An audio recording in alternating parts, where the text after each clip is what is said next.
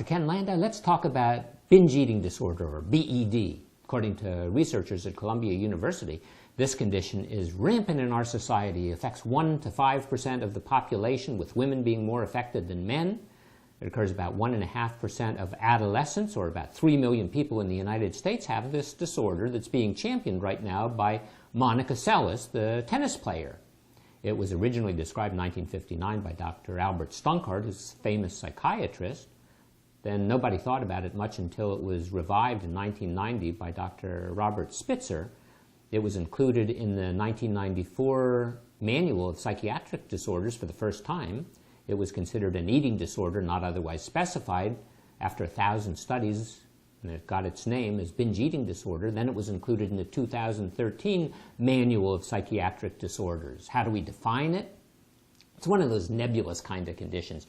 It said that you suffer from binge eating disorder if you eat more than most adults, and you do it in a period of about 2 hours, and afterward you feel some discomfort, you eat too fast, maybe you have some guilt or self-disgust or embarrassment after you eat so much. You eat even if you're not hungry. You do this at least once a week for 3 months, and you don't throw up afterward.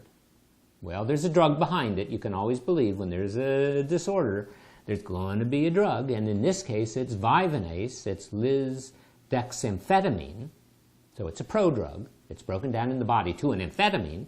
It's first and only drug approved specifically for the binge eating disorder after priority review by the Food and Drug Administration. Now, Vyvanse is a CNS, a brain stimulant. It was originally approved in 2007 for children over age 6 suffering from attention deficit hyperactivity disorder. And then in January of 2015, it was granted licensing for binge eating disorder, expedited through the Food and Drug Administration in a mechanism that was really made for significant diseases, but somehow this was thought to be important. Well, the mechanism of action, it's a prodrug that's converted into the amphetamine, and it blocks the reuptake of dopamine and norepinephrine. Well, binge eating disorder is a condition that's promoted by Shire Pharmaceuticals. They actually own the website, bingeeatingdisorder.com, and they urge people to call the doctor and find out if the doctor knows anything about this condition, and otherwise go see a different doctor or go educate the doctor. Well, Shire, in about 2011, began studying the Vyvanse for this particular disorder. It was already a top seller for the ADHD. Now, some people say that Shire actually manufactured ADHD and started selling Adderall and then later Vyvanse. Well, whether they created the disease or not, we have a condition where Shire is currently spending millions of dollars to increase the awareness among doctors and patients of this condition. Now, Shire has had a lot of run-ins with the Food and Drug Administration in 2008. Actually, in 2000, they also had one over advertising for Adderall and false claims. In 2011, they were cited again for misleading advertising, playing down the risk of addiction and saying the drug could do all sorts of things it couldn't. And in 2014, it was fined about $57 million for saying that the drug was safe without any abuse potential. However, this is a Schedule II drug. It has a high potential for abuse. It can potentially lead to dependence, same class as the standard narcotics, fentanyl and methadone and Demerol and oxycodone and hydrocodone. Actually has a black box warning of the problems. Now, we know that Vyvanse has a troubled past. There's some association with child suicide, not necessarily cause and effect, but for instance, there's an 8-year-old kid who hung himself, and he did that in a school bathroom.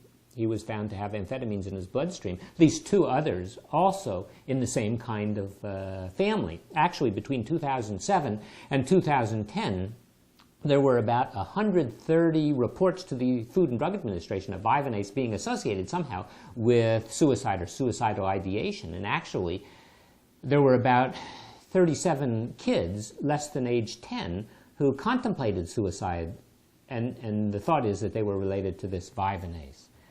Well, the company has a patent that is available until 2023.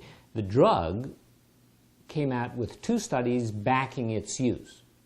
The 2 studies looking at people between the ages of about 18 and 55, 12-week studies, 4 weeks to get to the appropriate dose, and 8 weeks on the dose, 4 weeks leading up to the dose, 8 weeks on the dose. They started off with about 4.5 or 5 episodes per week of binge eating disorder.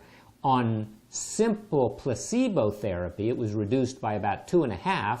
On the drug, it was reduced by about 4 episodes, so not all that great.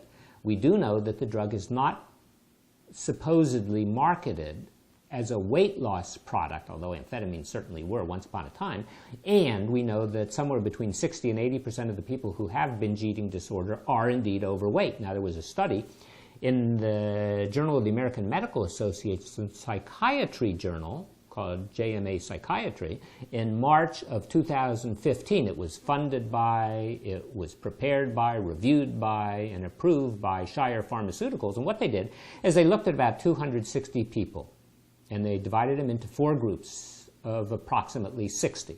There were 60 people receiving 30 milligrams, 60 people 50 milligrams, 60 people 70 milligrams, 60 people placebo, and they found that really the only significant benefit were in the people who were receiving 50 milligrams or 70 milligrams of the drug, and they reduced the number of binge eating disorders by about 4 episodes a week from starting at about 5. And the people on the placebo, they reduced it by about 3.5 episodes. So overall, if we look at the end of the study, we find that the people receiving placebo, who started off at about 5 episodes a week, were down to about 1 episode a week. People who were taking the active drug, 5 episodes to start, and they were down to about 1 episode every 2 weeks. Well, that's okay, but the drug has a significant number of side effects: psychiatric problems, mania, psychotic behavior, hallucinations, delusional thinking, seizures, cardiovascular problems, sudden death, stroke, heart attack, arrhythmias, inadequate blood flow to the fingers and toes, increase in the blood pressure, increase in the heart rate, and other side effects include dry mouth in 30% of the people. Other situations, insomnia and headache and constipation and insomnia and aggression and tics and grinding of the teeth and hives. Well, we also know that a small percentage of the people discontinued the amphetamines because of side effects, and sometimes the side effects were serious. There was one person who died, apparently of an overdose of the amphetamines, and somebody else developed acute pancreatitis, and somebody developed appendectomy or appendicitis. Now, there's not necessarily cause and effect, but those things happened. We know that this condition is lifelong. We don't have long-term follow-up. Actually, we only have 60 people in each group. And we have a situation where 85% of the people taking the medicine have some kind of side effect. Now, the amphetamines, we have lots of stories about them. They were so common that it was estimated by the late 1960s that 1 woman in 10 in our society was taking the drug, and half of the time there wasn't any medical indication.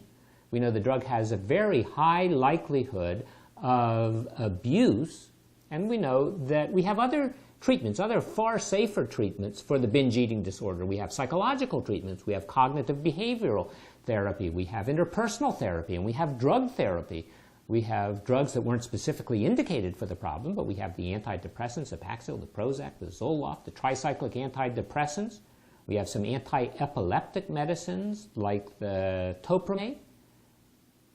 And against this we have Vyvanse, and we have Vyvanse that already is selling more than $1 billion every year. It's estimated that the market share for ADHD is somewhere between 16 and 32%. They hope to add another $200 to $300 million with this binge eating disorder, and they hope to expand the market.